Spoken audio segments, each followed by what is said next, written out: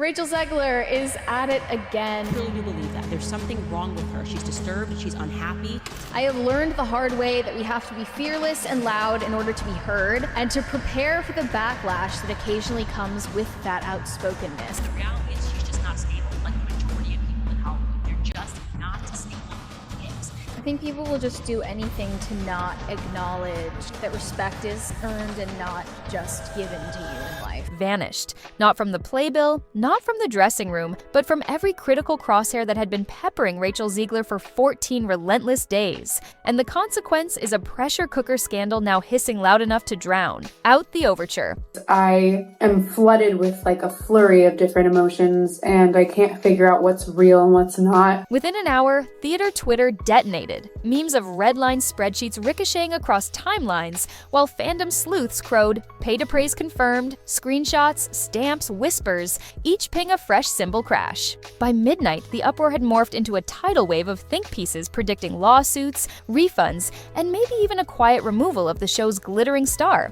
I got back into therapy. I couldn't be with my therapist all year last year because I ended up spending the entire year outside of the United States. But first, rewind. 2 weeks earlier, a rehearsal clip only 34 seconds long dripped onto TikTok like leaked acid. Rachel, still in her wig cap, allegedly barked that a spotlight flattened her cheekbones. Presale graphs nosedove, patrons demanded refunds, and Variety called it diva ignition at day zero. Producers confiscated phones, attempted a backstage coup on gossip, and hoped silence might sedate the beast. Trouble contained? Hardly. I realized what a dark headspace I had been in and how LA was making me feel like I was still there, because LA is a really hard place to be, especially if you're a New Yorker. I think the adjustment is so much different. By dawn the next morning, senior staff corralled themselves into what one frazzled assistant christened the war room, really a windowless green room stinking of instant coffee and stale donuts. A marketing director slid a 4-page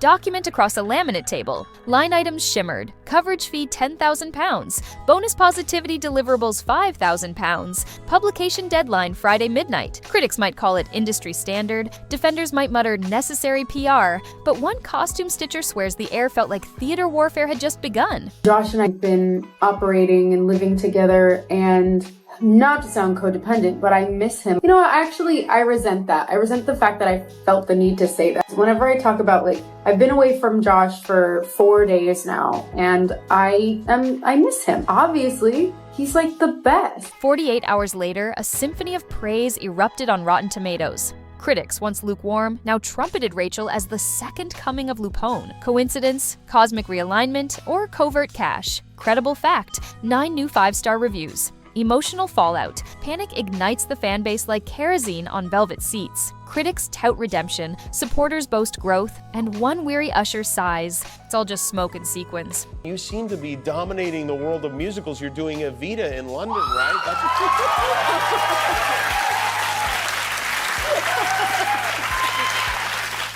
Big Andrew Lloyd Webber fan right over there. But first, rewind again. Marco, a production assistant whose paycheck barely covers his Zone 3 commute, hunted lighting cues on the shared server and stumbled into a folder named Project Rose Media Outreach. Inside, spreadsheets mapping payments to Blogger, handles, and an email trail referencing Blue Spotlight Limited, a shell company no one can quite trace. Fact delivered, emotion layered. Marco's stomach plunges. He tastes betrayal colder than the theater's air conditioning. Rachel Zegler discriminated against Asians on the red carpet, refusing to take pictures with any Asian face and giving her the finger. She also posted an angry letter to Oscar for not inviting her to the Oscars. The Oscars sent her an invitation overnight. By midday, his findings land in a group chat called Whistleblower or Bust. Not a rumor, not a memo, just silence. From management. Did she quit? Was she pushed? Or is this a PR mirage built to dazzle and distract? Each unanswered ping builds suspense like violins tightening strings. And the cast? Silent. That evening, the screenshots ricochet to gossip, channels famous for snark. Critics say the leak screams sabotage, supporters insist it's pressure cracking, and one backstage dresser whispers, the emails are the mild part. Voice memos exist. Video is gonna get taken out of context, and I know that at this point I can't really stop people from doing that, because that's what my whole existence on the internet is just me being taken out of context and stuff.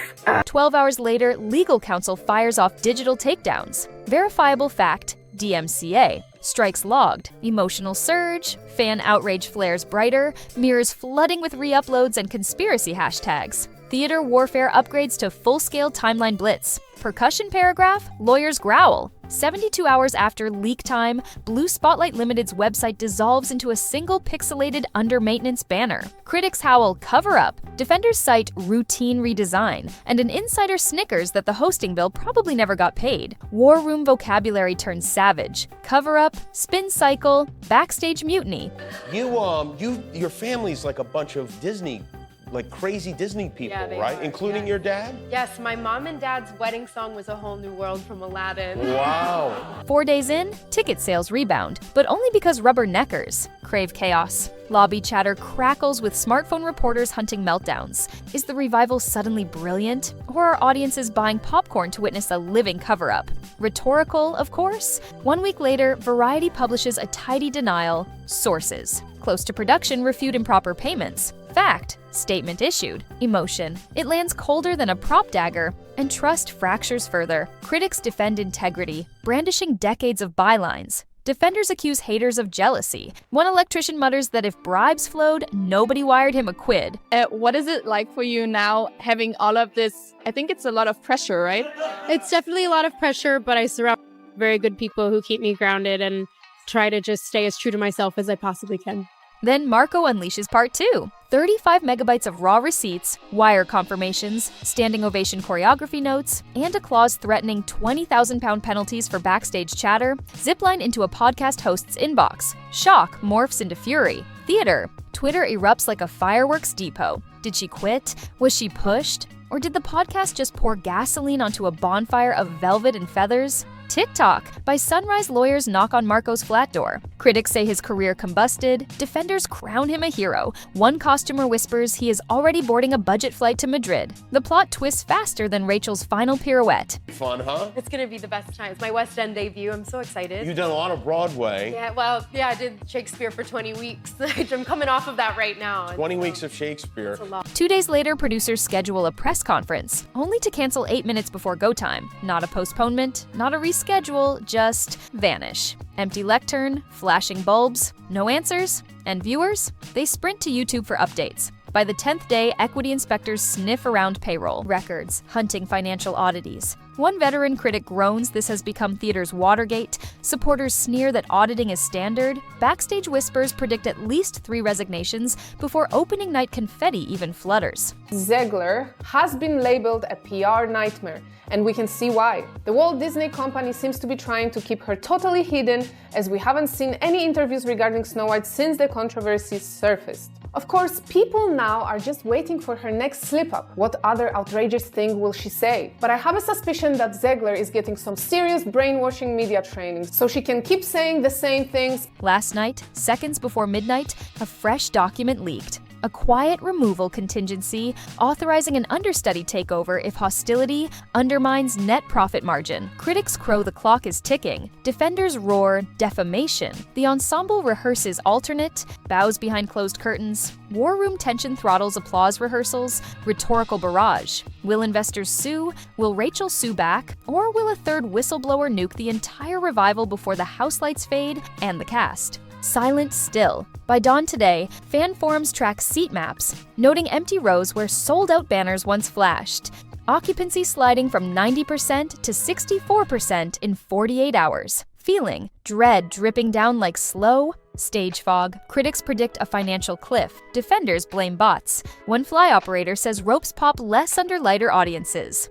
And if you've ever seen Evita, it is a challenging part to play, and I don't think she has the temerity, the stamina, you pick a word here, in order to pull it off going, every single day that the theater is open. Near noon, producers test a hush-hush discount campaign disguised as loyalty, thank you. The tactic backfires, screenshots spread, accusations of desperation intensify. Did management misread the room entirely? Or is every discount a calculated step in theater warfare designed to starve out dissent? 16 hours later, a veteran London paper publishes an op-ed titled Broadway Values for Sale, citing unnamed insiders who describe a systematic culture of envelope gifting. Critics' voice, scandalous pattern. Defenders' voice, sensationalist claptrap.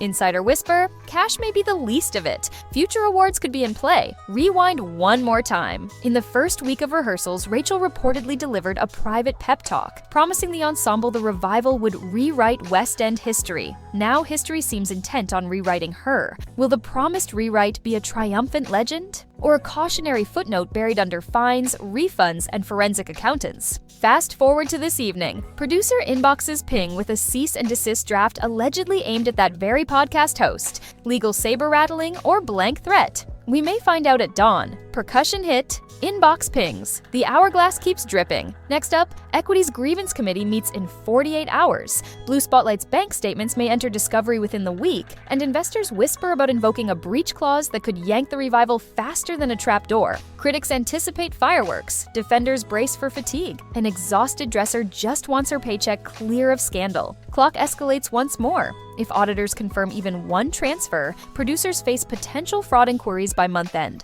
Fact, if confirmed. Emotion. An industry already nursing post-pandemic. Bruises feels the bruise deepen. Triple beat twist. Not a rumor, not a memo, just silence as the orchestra tunes. So what detonates next? Does Rachel step down? Do producers brave court? Or will a fresh leak turn this drama into the theater equivalent of a long-running crime saga? If you want front row seats when the curtain finally lifts, hit subscribe and stay in the loop.